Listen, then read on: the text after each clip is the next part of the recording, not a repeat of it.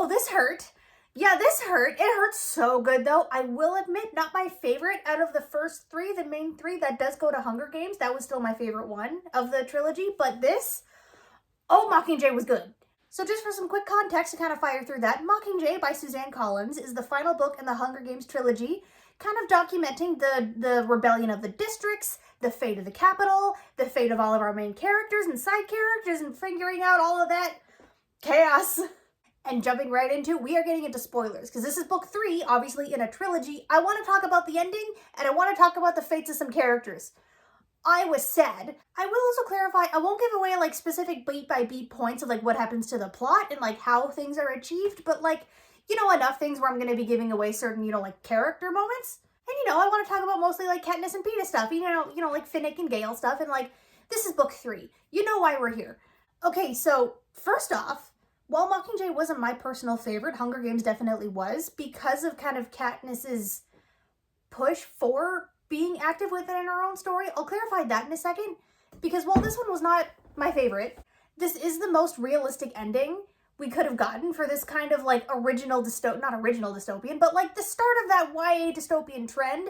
This is the most original one and most realistic one.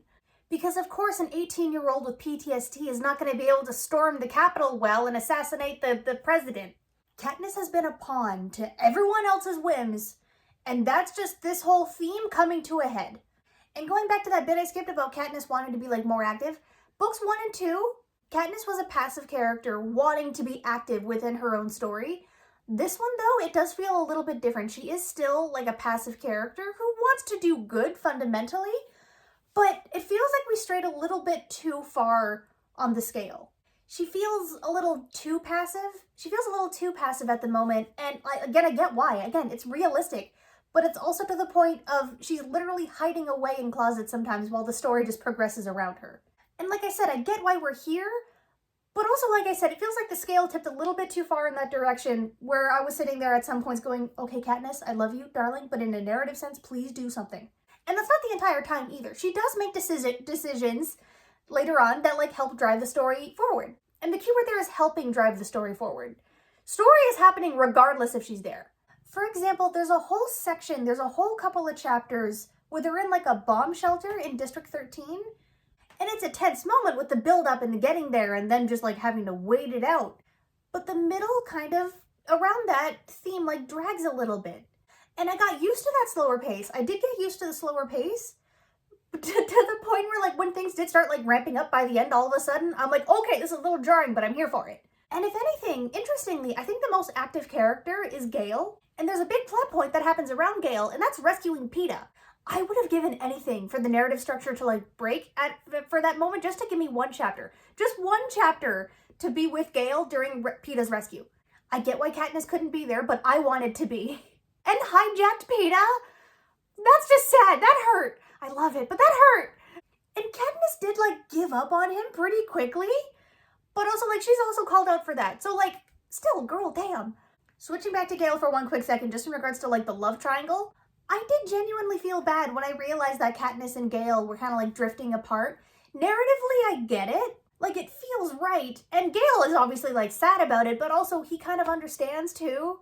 And sure, he's maybe not okay with it, but he's also like accepting of it. Like, he goes to rescue Peeta of his own volition, his own idea for Katniss's sake. And the bomb idea kind of being his kind of solidified the wedge between them. I get it. If there is ever a sequel to the Hunger Games, a proper like sequel, I kind of hope there's not. But if there ever is, maybe I'll just find fan fiction. I want to find fan fiction of like a chapter or two of like Gale also kind of healing and being okay after. Like, what does he do after? But yeah, I get why they didn't end up together. I do love Katniss and Peeta.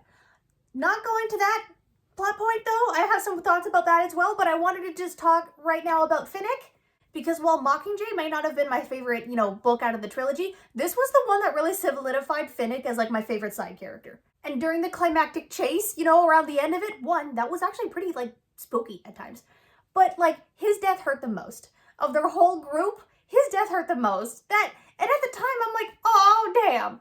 But what really twisted the knife in my gut was when Katniss was like putting together a little scrapbook of all the victors at the end, and she included a photo of Finnick and Annie's son.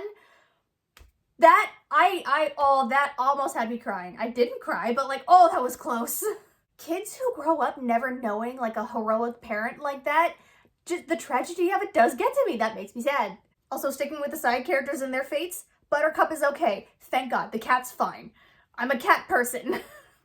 The cat is okay, and he walked home, and that being the moment when Katniss is trying to make him leave, being the moment which she really solidifies in her mind of what happened to Prim and her breakdown, that hurt. That was heartbreaking, but it was cathartic.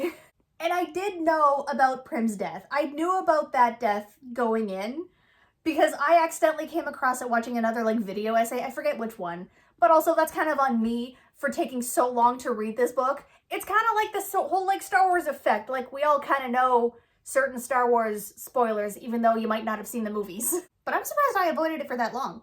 But that moment of Prim's death too, starting off the kind of moment of Katniss unraveling what's really going on with like Coin and all of that stuff. I didn't trust her from the start. To finally unwind all of those like schemes and machinations going on in the background. Oh, that was satisfying. It was hurtful, but it was satisfying. Okay, now settling back in with Katniss and Peeta, love them, and the epilogue.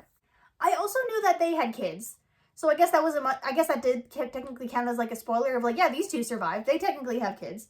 But in my brain, I'm just like, well, maybe it wasn't with Peeta. Maybe it's like one of Gale's kids. I don't know. But no, I knew Katniss and Peeta ended up together. I knew they had kids. And I do love how they're a representation of both of them, especially Katniss, coming to slowly trust this world and move forward.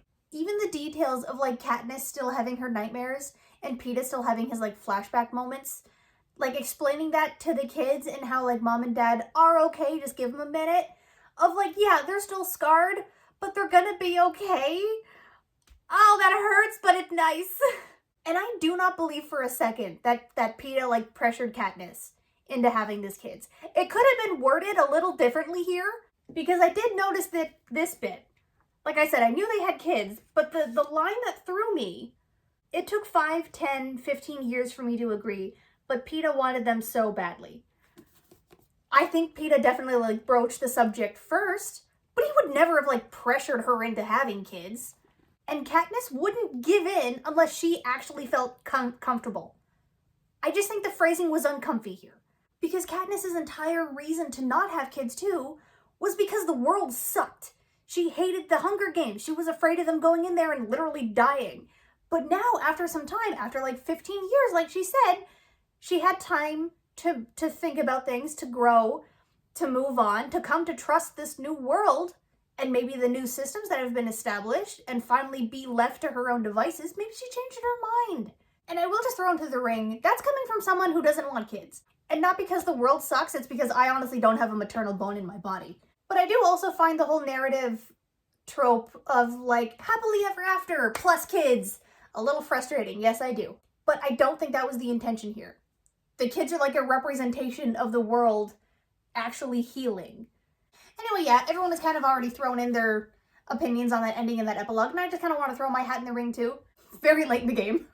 I did pick up, not the hand, A Ballad of Songbirds and Snakes.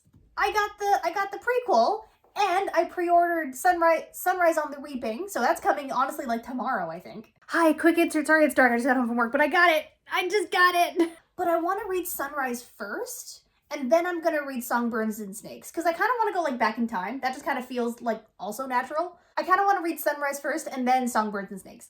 And I'm kind of just more interested in Hamish's story, also because that's like the newest one that feels like the freshest one right now. That's what I'm really intrigued in. I do wish we got like a quick little mention of him in like the epilogue. Maybe working on his alcoholism even. I even bet, you know what, little headcanon for myself, I bet Katniss and Peeta's kids call him Grandpa, and he kind of like pretends to hate it, but he loves him anyway. I will admit, I also kind of just clued in while I was like scripting, like writing out my notes and everything. I kind of just clued in, to the like father-daughter dynamic that Hamish and Katniss have. It's not perfect.